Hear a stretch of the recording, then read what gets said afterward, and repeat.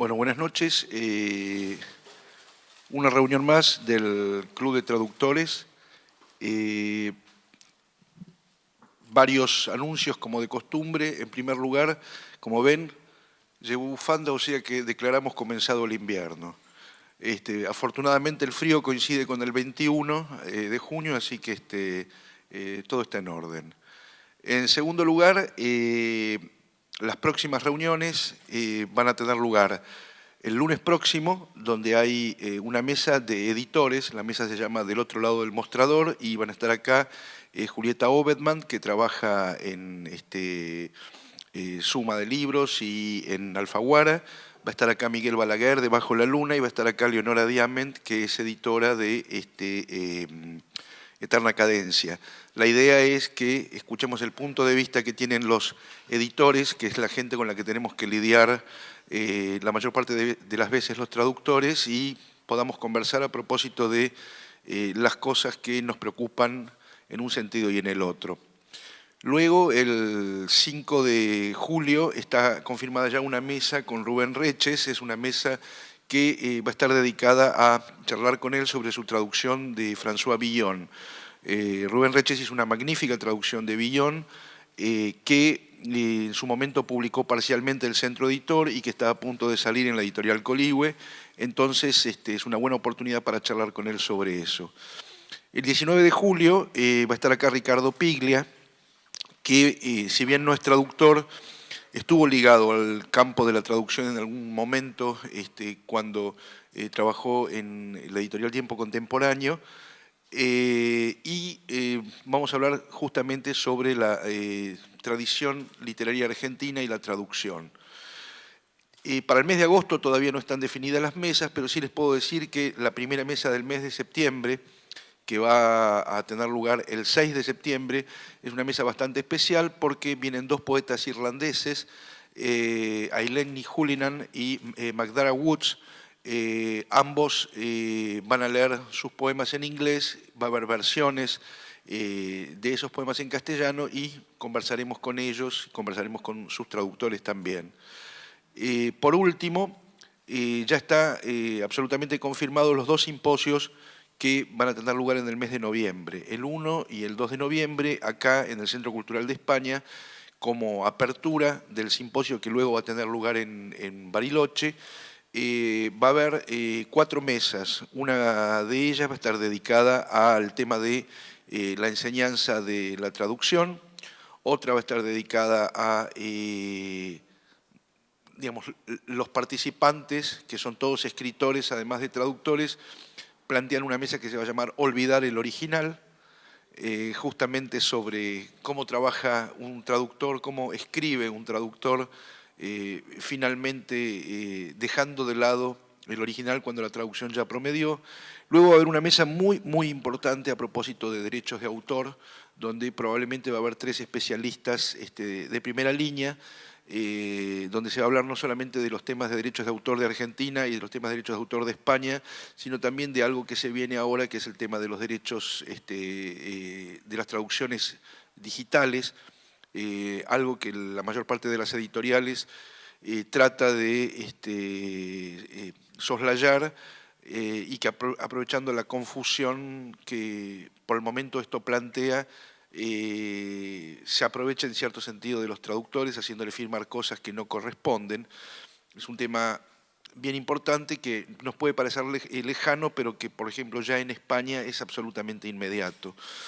Y finalmente va a haber una mesa sobre los rumbos de la traducción que está tomando el trabajo sobre autores de lengua alemana, con 3 personas que vienen trabajando sobre autores de lengua alemana muy recientes, algunos de ellos poco conocidos en la lengua castellana, y me parece a mí va a ser bien interesante para desasnarnos un poco.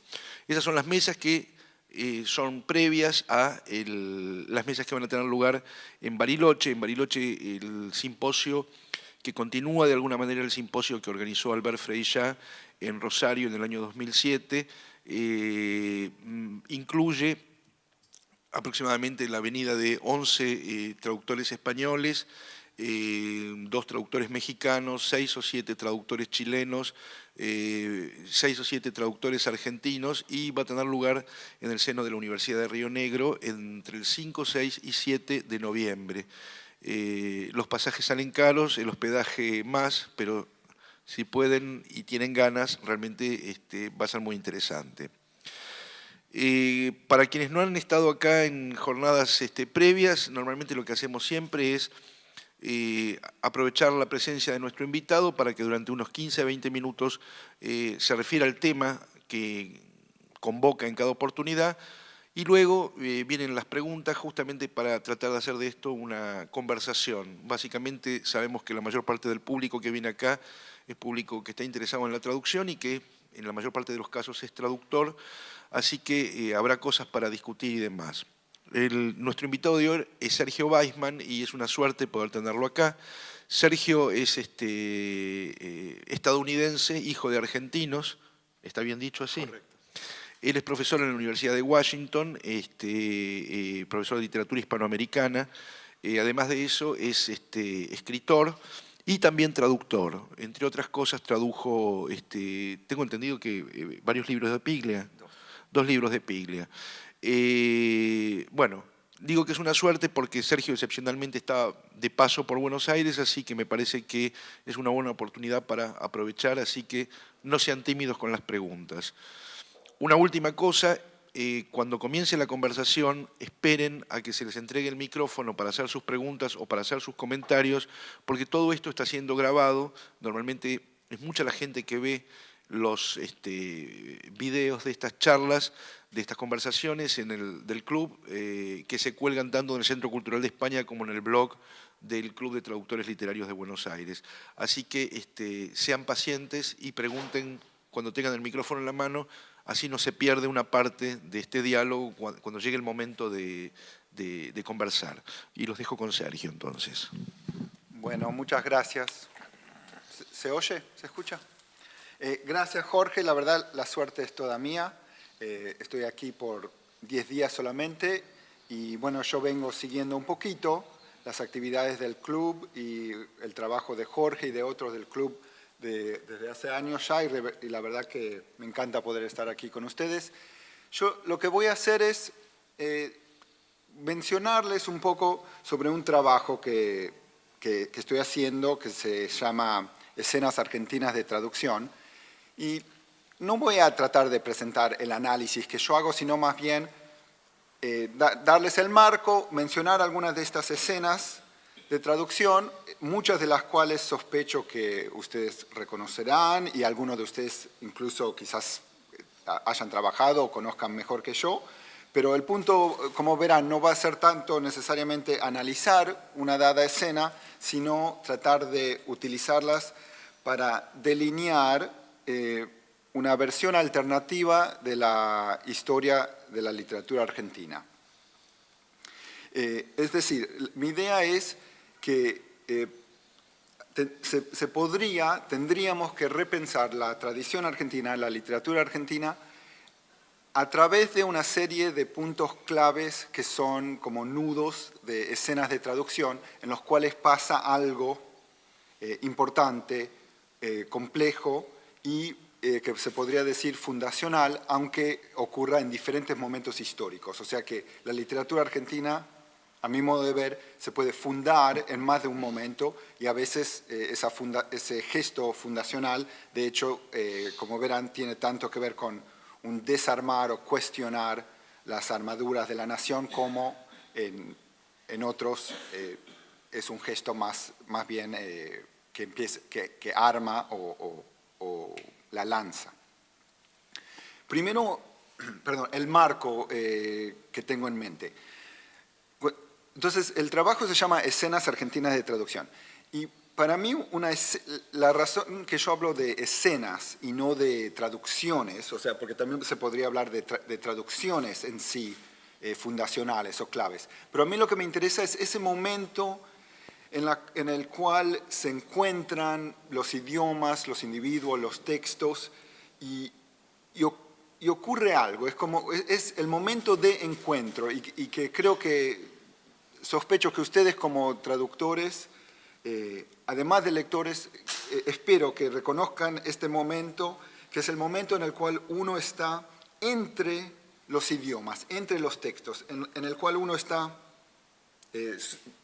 podríamos decir, cuando uno está traduciendo y empieza a desarmar el texto fuente y está suelto, uno está yendo hacia el texto meta, pero no está ahí todavía. Entonces ahí en ese momento abierto o de aberturas. Ese por un lado, que lo que me interesa es esos instantes, esas instancias. Y la otra idea, así de marco teórico, es que mi idea es, bueno, y no es mía, o sea, la idea que estoy trabajando en este análisis es que el momento de traducción, la escena de traducción, en ese momento se crea no solamente poco después la traducción, sino también el original. Es decir, uno está en un momento entre, digamos, aquí está el texto fuente, aquí está el meta, que todavía no hemos llegado, y en este entre, de hecho, en el trabajo creativo de la escena de traducción, ambos textos, el original y la traducción, son creados. Y aquí podríamos pensar en Walter Benjamin y la idea de que el original no existe sin su traducción. Por lo tanto, lo que me gustaría hacer con eso es pensar que es en el momento de traducir en el cual uno va no solamente hacia la traducción, sino establece cuál es el original. Porque como sabemos, la traducción es una interpretación y por lo tanto el traductor escribe sus interpretaciones y en ese momento lo que está haciendo también es planteando, sugiriendo cuál es ese original. Si no, el original no existiría. Es una de las hipótesis. Entonces, les menciono, ese es el marco. Les menciono, así de un modo muy esquemático, las escenas que tengo en mente. Hay otras, pero las principales, digamos. La primera sería como el principio, ¿no? En la Gaceta de Buenos Aires, con Moreno y el contrato social de Rousseau. Y lo importante para mí de esa escena es no... O sea, se ha dicho mucho sobre el hecho que el contrato social y la filosofía política francesa y que así empieza la revolución y el nuevo país, los nuevos países sudamericanos, pero quiero recordar también que es una traducción incompleta, o sea, en la cual Moreno conscientemente omite partes, y lo prologa y le da un nuevo marco que recontextualiza a Rousseau para la nueva nación. Y me parece que ese trabajo de editar, omitir y prologar es lo que lo haría fundacional. Una anécdota que se podría agregar con Moreno también es que supuestamente cuando está en el barco huyendo de la Argentina, echado, no sé, envenenado por Saavedra, aparentemente él está traduciendo hasta el momento de su muerte. O sea que para él, menciono eso porque en muchas de estas escenas surge esta posibilidad o como el riesgo de la traducción y como la traducción convirtiéndose en un ejercicio de vida o muerte. A lo largo del siglo XIX, como sabemos, la traducción se vuelve altamente importante y compleja desde el salón literario, pasando por Sarmiento. Probablemente el momento más conocido sería esa primera página del Facundo, en la cual Sarmiento cita mal del francés y los federales no pueden entender la cita en francés y ahí hay como una no traducción que ocurre, que ahí yo veo como una escena de traducción y que de un lado, según Sarmiento, caería la civilización y de la otra la barbarie. Entonces ahí está como la traducción entre civilización y barbarie y todo el proyecto nacional del 19. Del 19, si la primera página del Facundo es la más conocida, sin duda la más curiosa es esta anécdota, ¿no?, de Mansilla y Mitre, Mitre, traductor de Dante, en un momento. Con este público realmente sospecho que les estoy mencionando cosas que ya conocen, y si sí, me excuso. Entonces, supuestamente, porque esto son anécdotas, y de verdad todo este trabajo está formado a base de anécdotas, y son las anécdotas las que me interesan porque es justamente la herencia de las escenas de la traducción lo que, a mi modo de ver, forma la tradición literaria argentina. Entonces, en un momento, supuestamente, tenemos a Mansilla, el joven Mansilla, escritor de La excursión a los indios ranqueles, otro tipo de una traducción cultural, si se quiere. Lo va a visitar a Mitre. Mitre es o viejo y ya está en su despacho al final de su carrera en Buenos Aires, o está en una de las guerras del norte y esto es en el medio de una batalla. Esto hay diferentes versiones. Mansilla lo espera para ver a Mitre. Mitre lo hace esperar y cuando finalmente sale Mitre, Mitre le dice, perdón, perdón, estaba traduciendo a la Divina Comedia, y Mansilla dice que no se preocupe mi general, hay que darle duro a esos gringos. Y ahí, por supuesto, yo lo que estoy haciendo es citando a Piglia, contando la anécdota. Ya verán el mes que viene si él cuenta esa anécdota o no. Cuando él la cuenta suele ser en el medio de una batalla. O sea que la traducción es como que corta ahí una de las guerras nacionales. Pero después Mansilla, no sé, como lo deja ahí muy plantado a Mitre.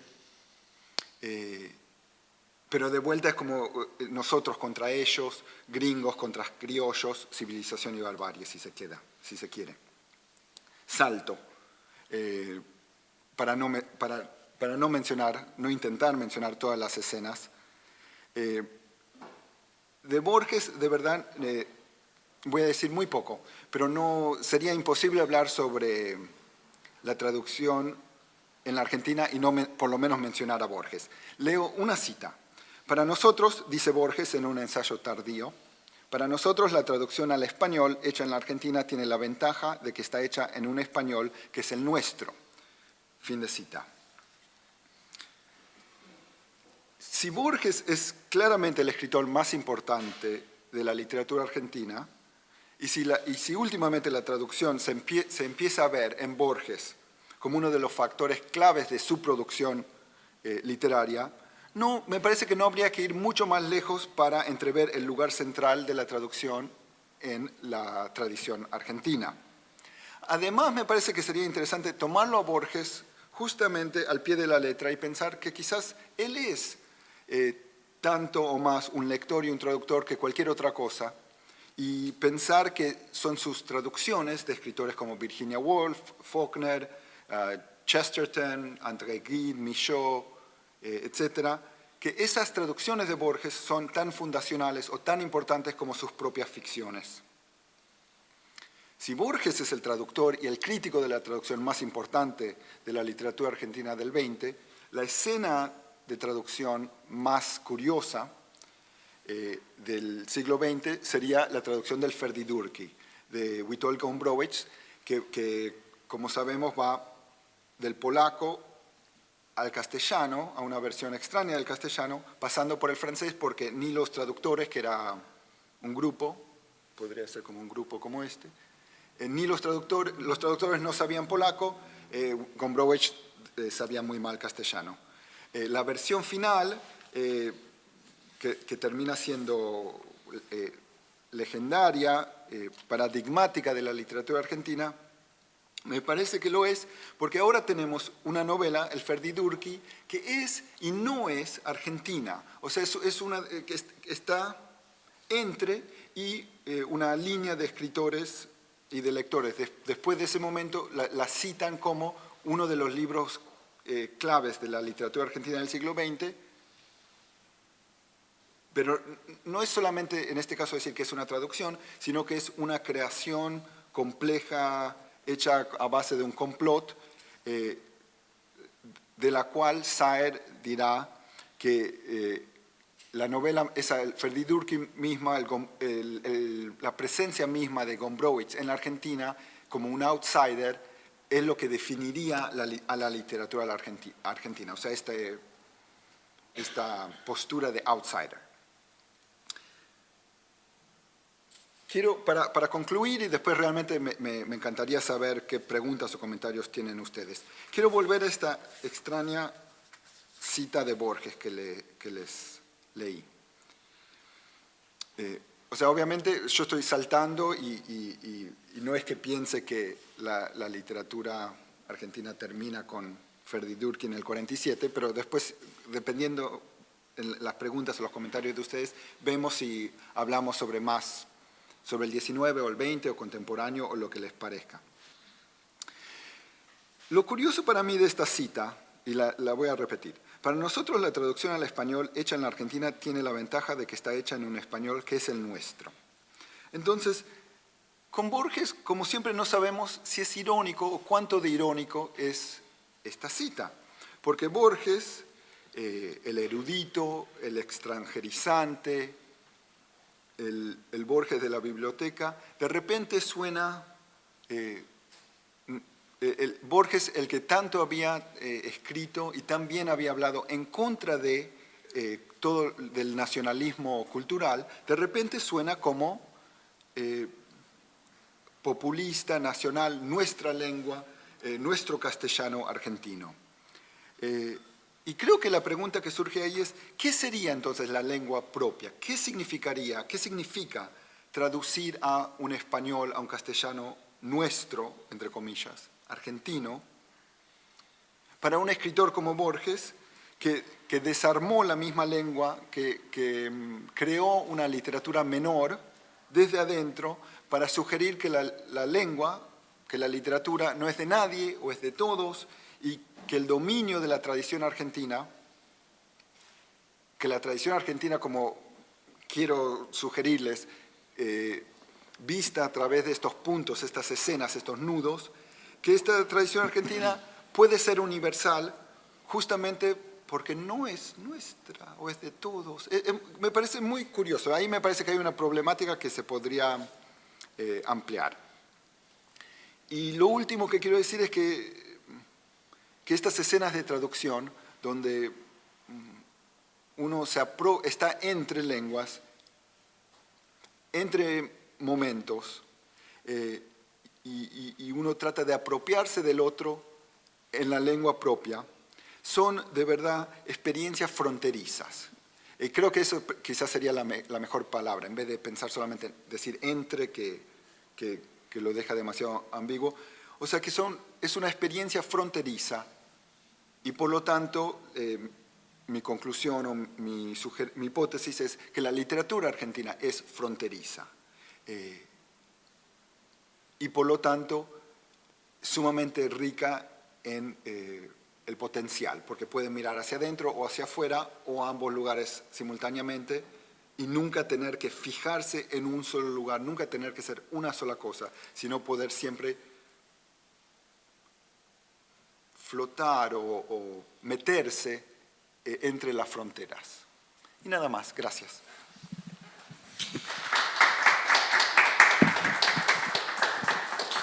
Bueno, las primeras preguntas, si no se ofenden, las voy a hacer yo porque tengo dos o tres dudas.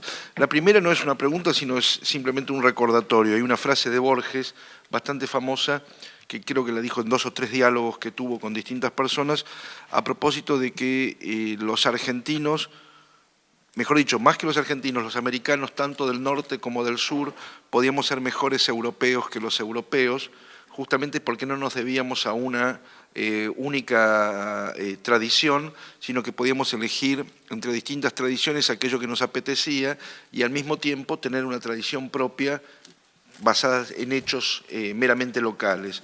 Eso de alguna manera estaría en coincidencia con lo que acabas de decir vos a propósito de la idea esta de cuestión fronteriza. A mí me gustaría preguntarte, aunque más no seas como simple enunciado, ¿cuáles son las otras escenas a las que vos te referís? Porque, digamos, esto parece muy claro hasta el momento en donde vos llegás, pero me gustaría saber más recientemente cuáles podrían ser otras escenas que respondieron a este modelo que planteás. Sí, bueno, bien, gracias. Tu primer comentario, o sea, yo creo el lugar más explícito, el texto más explícito en el cual Borges postula esta idea de que los sudamericanos, al igual que los judíos o los irlandeses, pueden ser más europeos o pueden tener tanto o más acceso a las tradiciones europeas, a la literatura universal, que los europeos, sería el escritor argentino de la tradición del 52, y él después repite esa idea varias veces. Yo creo que lo curioso de eso es que, sí, o sea, en el escritor argentino de la tradición, Borges dice muy claramente que la ventaja de ser un escritor argentino, sudamericano, judío, irlandés, es justamente la marginalidad. O sea, ser parte de Europa, pero estar aparte de. O sea, estar lo que yo quiero llamar en la frontera, aunque no, creo que esa palabra no aparece en Borges. Más recientes, bueno, en las últimas décadas del 20, yo ahí a quienes quiero poner sin duda alguna son a Manuel Puig y Ricardo Piglia. Entonces, de Piglia menciono un par de cosas y después ustedes dicen si quieren que hable más sobre eso, porque con Piglia vengo trabajando ya hace como 15 años, pero con gusto puedo hablar de eso también.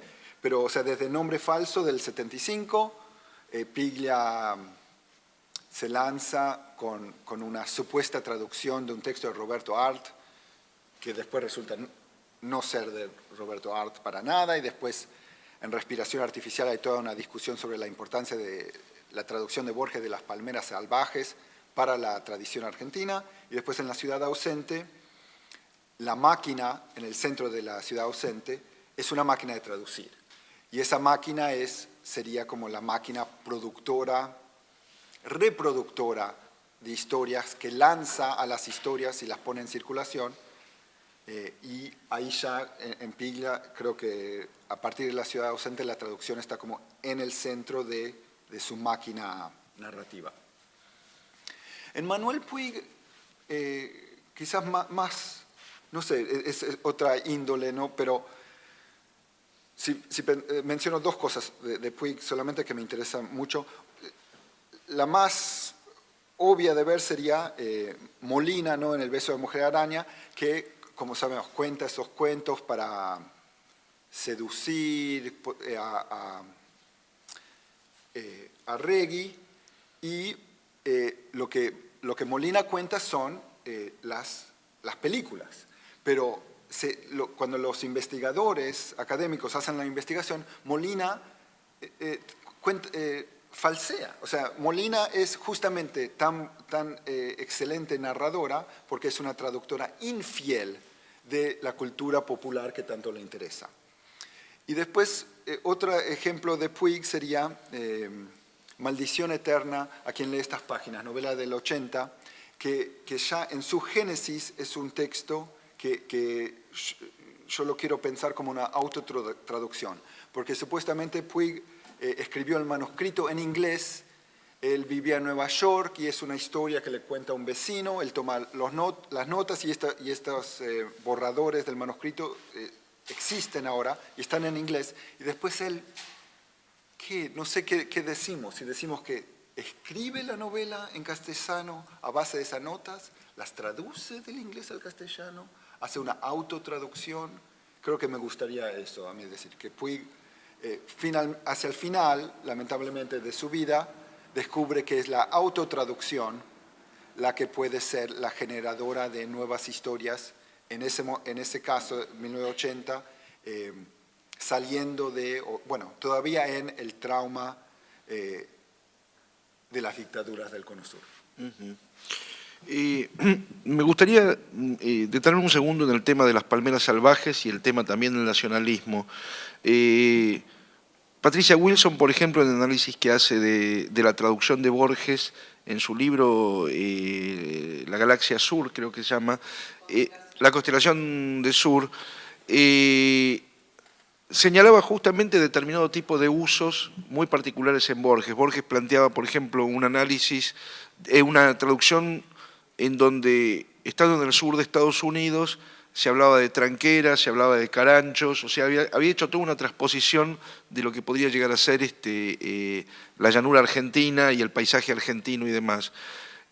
Borges en algún momento incluso defendió este tipo de hipótesis indirectamente, este tipo de planteo indirectamente cuando defendió a Pound, a Ezra Pound, a propósito de las inexactitudes que de acuerdo con los críticos los textos de Pound presentaban. Y lo que decía Borges, curioso que justamente Borges lo defendiera a Pound, a quien no defendía como poeta, pero sí como traductor, era que cuando uno traduce uno debe traducir esencialidades. Y esas esencialidades deben ser de alguna manera posibles de trasladar de una cultura a la otra en los términos en los que la cultura que las recibe puede entender. Vos justamente ahí planteabas una paradoja respecto de Borges como escritor extranjerizante y esta especie de arrebato nacionalista o defensa del castellano que hablamos en la Argentina. Me gustaría que lo amplíes entonces en función de esto. Bueno, bien. Sí, es complicado. Y creo que es complicado porque lo último que mencionaste, justamente hay algo paradójico en Borges, y creo que esta es una de las paradojas o un entrecruce que él trabaja a lo largo de los años.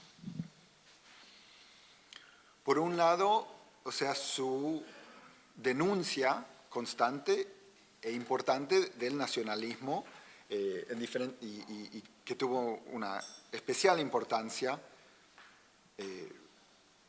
para los intelectuales, para Borges durante el primer peronismo.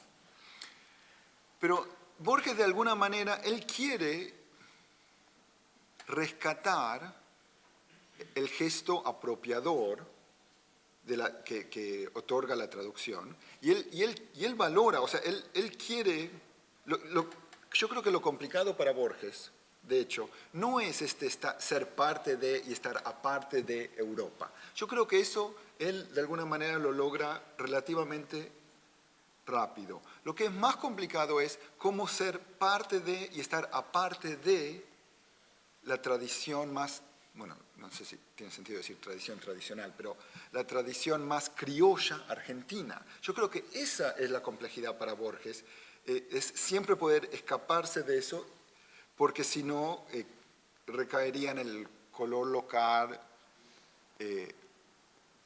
o peor, nacionalismo que él de hecho quiere denunciar y del cual quiere escaparse. Es cierto que en Las Palmeras Salvajes hay todo, y que Patricia Wilson analiza esto muy bien en La Constelación del Sur, hay todo un trabajo de recontextualización en el cual, por momentos, por el vocabulario, parece como si el sur de Estados Unidos fuera una continuación de las pampas sudamericanas o viceversa, o sea, como si fuera el mismo territorio, no geográfico, sino literario. Y creo que ahí hay como un trabajo de apropiación y recontextualización muy importante, y que es la razón por la cual Las Palmeras Salvajes se convierte en una novela argentina y después latinoamericana, porque una de las cosas más curiosas de Las Palmeras Salvajes es que Borges, que conocía ya muy bien a Faulkner, eligiera ese libro para traducir, que es un libro menor que no se lee mucho y tampoco se estudia mucho en el norte, pero que en las tradiciones hispanoamericanas, Faulkner se lee primero en esa novela, y en España es muy diferente, porque El sonido de la furia, Absalom, Absalom, son traducidos en España en la década del 30. Este juego como un fluir del sur de Estados Unidos y las pampas y algunos de los ríos sudamericanos, de hecho aparece ya en muchos de los relatos de Historia Universal de la Infamia. Así que si uno se fija ahí, también hay como casi un fluir del Mississippi, el Amazonas, el Paraná, el Río de la Plata. Es como si fuera todo un río como si fuera todo un río. Pero creo que Borges, o sea, no quiere quedarse aquí, quiere poder irse a donde él quiera irse en cualquier dado texto o con cualquier dada idea. Entonces, como que hay un va y ven, que la paradoja le permite a él, la paradoja de la traducción, de leer entre, de situarse en una frontera, le permite un ir y venir, un va y ven, muy rico. Y bueno, y después eso creo que se lee más cuidadosamente en las ficciones, pero creo que se podría leer de un modo, se debería leer con tanta atención en las traducciones también. Bueno, una última pregunta mía y es la siguiente. Dejando de lado el ejemplo que diste de Mitre y la traducción de la Divina Comedia, ¿alguna de tus escenas incluyen traducción de poesía como momento fundacional? Sí, varios. Entonces, hay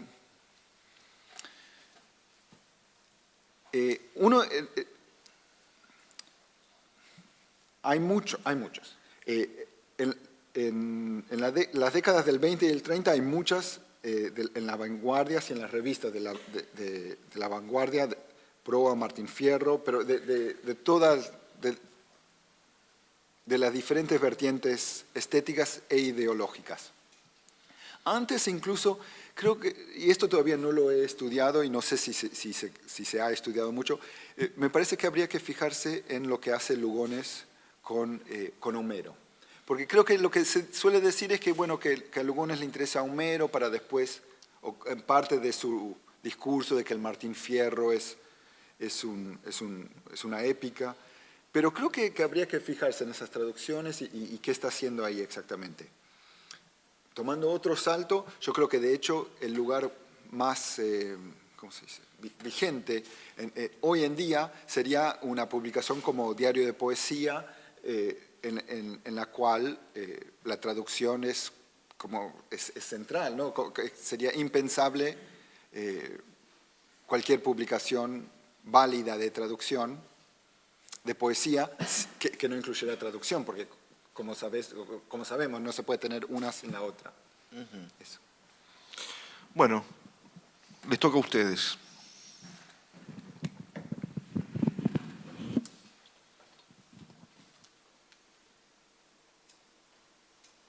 Escuchamos ofertas. Mientras se atreven, cuento una anécdota más de las palmeras salvajes.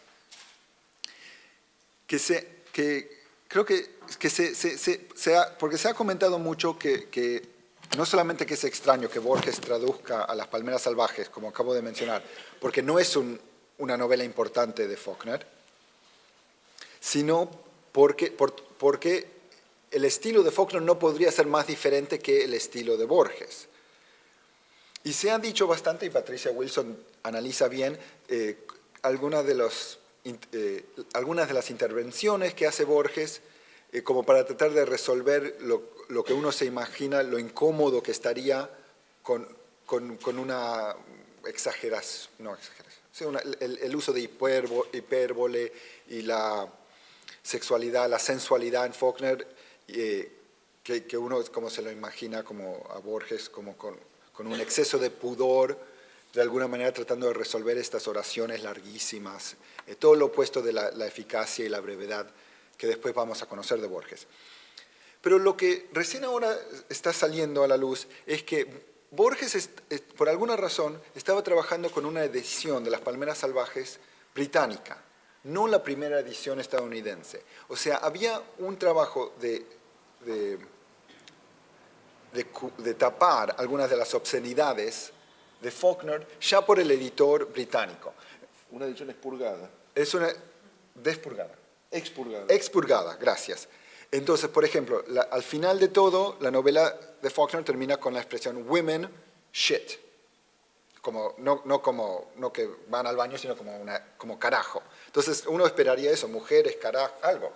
Y Borges pone mujeres, 3 puntos, elipsis. Y siempre se leía eso como parte del pudor de Borges. Pero resulta que la edición que él manejaba inglesa ya la había expurgado. Entonces eso también es como parte, a veces parte de la investigación, está ayudando a establecer un poco cuál es exactamente el pudor de Borges y hasta qué punto, y vaya a saber uno por qué él tenía esa edición, ¿no? Que también es curioso. Bueno, sí.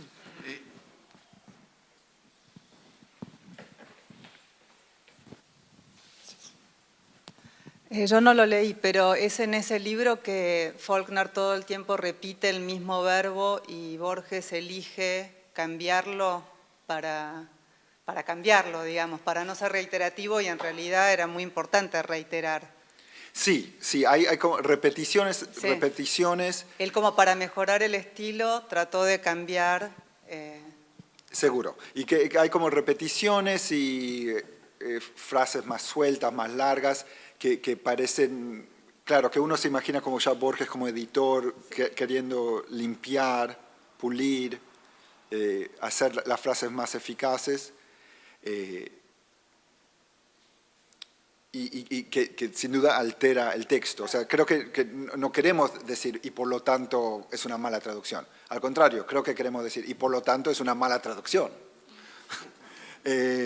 Pero lo que sí es importante es tener en cuenta que algunas de las supuestas intervenciones de Borges tienen que ver con cuál edición estaba trabajando. Entonces, en el argumento de esa novela es muy importante el aborto, o sea, como temática. Entonces, se ha dicho bastante sobre que Borges eso le causaba problemas, qué sé yo, pero resulta que la edición británica también es como que quita cualquier referencia a la sexualidad femenina. Entonces, bueno, tampoco no sabemos, o sea, uno siempre puede también preguntarse, ¿no? ¿Por qué Borges traduce esa edición? Porque, entre otras cosas, él tenía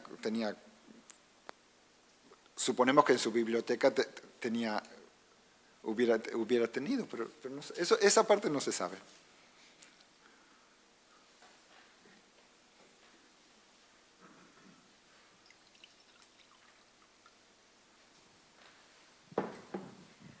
¿Por qué no cuenta un poco de algún trabajo suyo, algún problema que haya tenido en la traducción de algún texto, ya sea del inglés al castellano o al revés?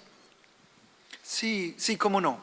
Bueno, esto quizás lo tendría que, si no se hizo claro, creo que lo aclararé ahora. Yo soy principalmente un traductor del castellano al inglés. Hago algunas traducciones del inglés al castellano y muy recientemente acabo de hacer un ejercicio de autotraducción, que tengo una primera novela que salió en inglés hace unos 5 años y que acabo de hacer yo mismo la traducción al castellano. Así que estas escenas argentinas de traducción, yo por un lado, como las leo y las pienso como lector, porque no tengo tan claro si a ver. Son un poco, son diferentes estas lecturas que mi trabajo, por ejemplo, traduciendo a literatura argentina del castellano al inglés. Aunque me parece que me gustaría pensar que mi experiencia como traductor, y más que nada como esta sensación de estar entre lenguas y entre textos, es la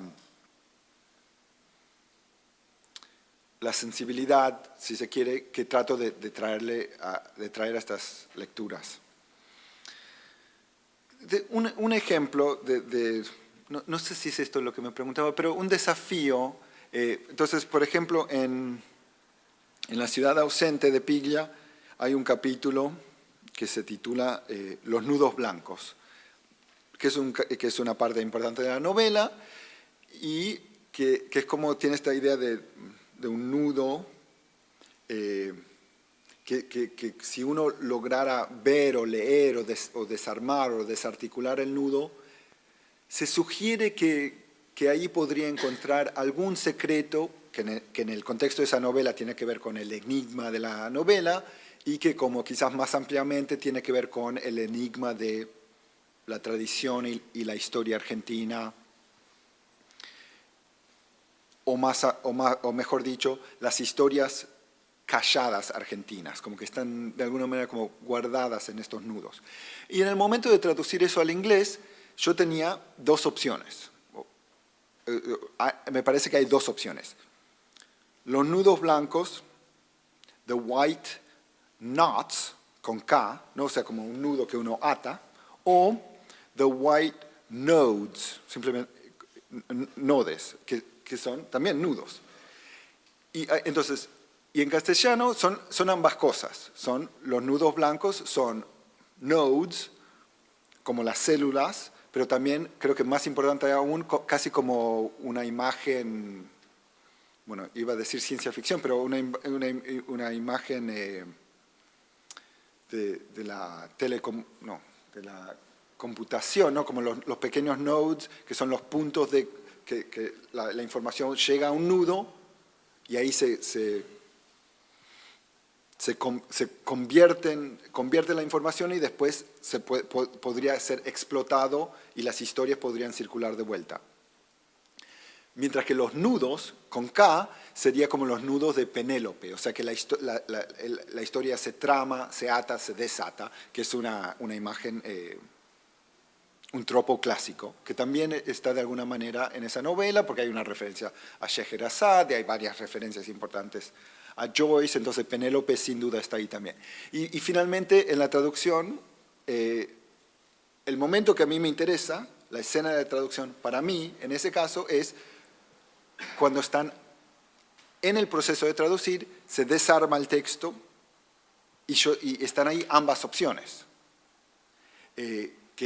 Por supuesto, están ahí para el lector, pero la lectura detallada del traductor lo obliga a uno a considerar todas las opciones. Entonces, en ese momento hubo como una pequeña explosión de posibilidades. En ese momento, de esa escena, que también podríamos llamar un nudo, y finalmente yo terminé con The White Nodes, entre otras cosas porque para que sonara un poco más como ciencia ficción y también porque node es un término que aparece en William Burroughs y que es una de las alusiones de la novela, y knots, entonces quedó ahí, cuando llegamos al texto meta y como que, bueno, esos nudos no llegaron. Aprovechando esto que acaba de decir él, yo tengo dos preguntas para hacer que están vinculados a tu experiencia como autotraductor. La primera es muy trivial, pero me gustaría saber en qué pensás, si en inglés o en castellano. Y la segunda tiene que ver justamente con autotraducirse, me imagino yo, tiene una cantidad de bemoles, sobre todo cuando alguna de las dos lenguas es preponderante en tu vida diaria y tenés que hacer un ejercicio particular. Entonces, bueno, esas son las preguntas. Bueno, gracias. Primero sí, o sea, fue una selección muy a propósito de hacer una autotraducción de la novela, justamente porque es un libro creativo y yo lo quería hacer como ejercicio para ver qué salía del ejercicio, y sí que resultó muy interesante y valioso para mí.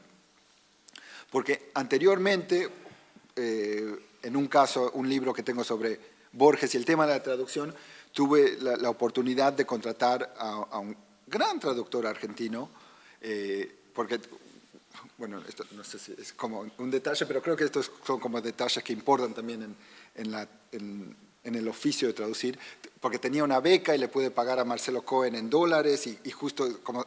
Y yo no quería contratarlo, no quería contratar a un traductor tan bueno y no poder pagarle algo razonable, en fin. Entonces, ese libro no lo traduje yo, pero salió re bien, salió mejor en castellano, porque lo hizo Marcelo Cohen, que a mi modo de ver es uno de los mejores traductores de narrativa al castellano que tiene la Argentina. En el caso de la novela, varias cosas. Primero, la novela en inglés se titula Leaving, que literalmente sería yéndose, ¿no? el gerundio. Y ahora en castellano está como irse. el infinitivo. Entonces, una de las dificultades sí, de los retos era qué hacer con el título, ya que el gerundio como que no funcionaba tan bien o no se utiliza, a mí me parecía que no se utilizaba tan comúnmente en castellano. Y después, la novela,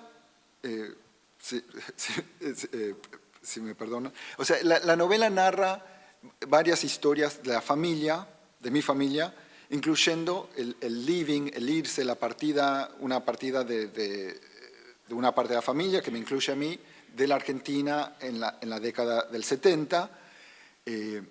Entonces, cuando la escribí en inglés, ya hubo un momento de elegir en qué la escribía. Porque me preguntas, ¿en qué pienso? ¿En inglés o castellano? Y mi respuesta es sí.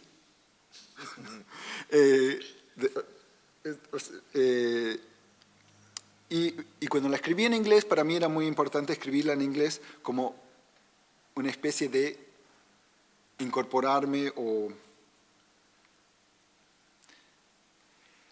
estar de ese lado de la frontera en inglés para mí a medida que contaba esas historias familiares. Ahora, al autotraducirla al castellano, era una manera de tratar de ponerme del otro lado de la frontera. Y lo difícil era que primero, bueno, que los párrafos que me gustaban, pensaba, bueno, ¿para qué los estoy reescribiendo si ya están? Porque como para mí, yo soy bilingüe, entonces para mí, ¿para qué decir lo mismo si ya está? Y después la mayoría, que me parecía como incómodo estar traduciendo algo que me parecía que había que mejorar, me preguntaba por qué no estoy tratando de escribir algo mejor en vez de escribir lo mismo. Y ahí es como decidí, bueno, el proyecto era autotraducir esa novela y después si quiero tratar de mejorar, escribir otra cosa, eso ya será otro proyecto. Y creo que gracias a mis experiencias de mi vida y después de mis estudios, yo soy bilingüe, yo creo que como que yo estoy en una de esas fronteras y es una cuestión de que, bueno, cuando la escribí en inglés miraba o tomaba un paso al norte y cuando la traducía al castellano tomaba un paso al sur, si se puede contestar con una metáfora geográfica. Bueno, la pregunta cantada que surge entonces es tu hipótesis a propósito de que la literatura argentina se encuentra en una zona de frontera. En cierto sentido, uno estaría tentado a pensar que llegase a esa idea partiendo de una experiencia absolutamente autobiográfica.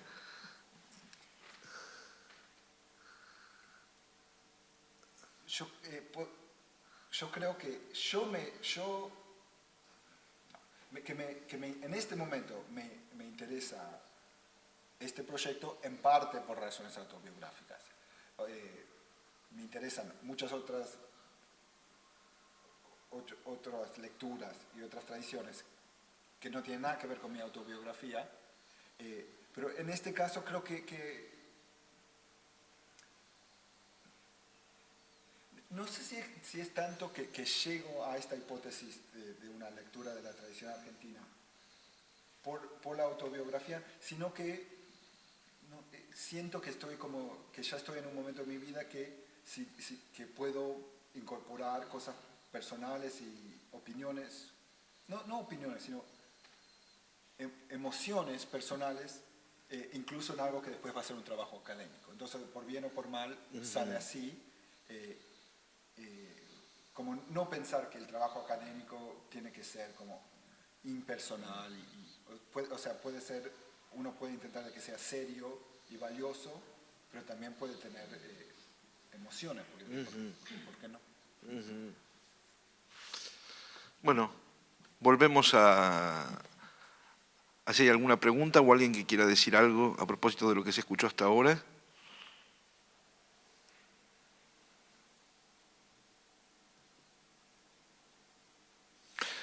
Bueno, te agradecemos mucho, Sergio.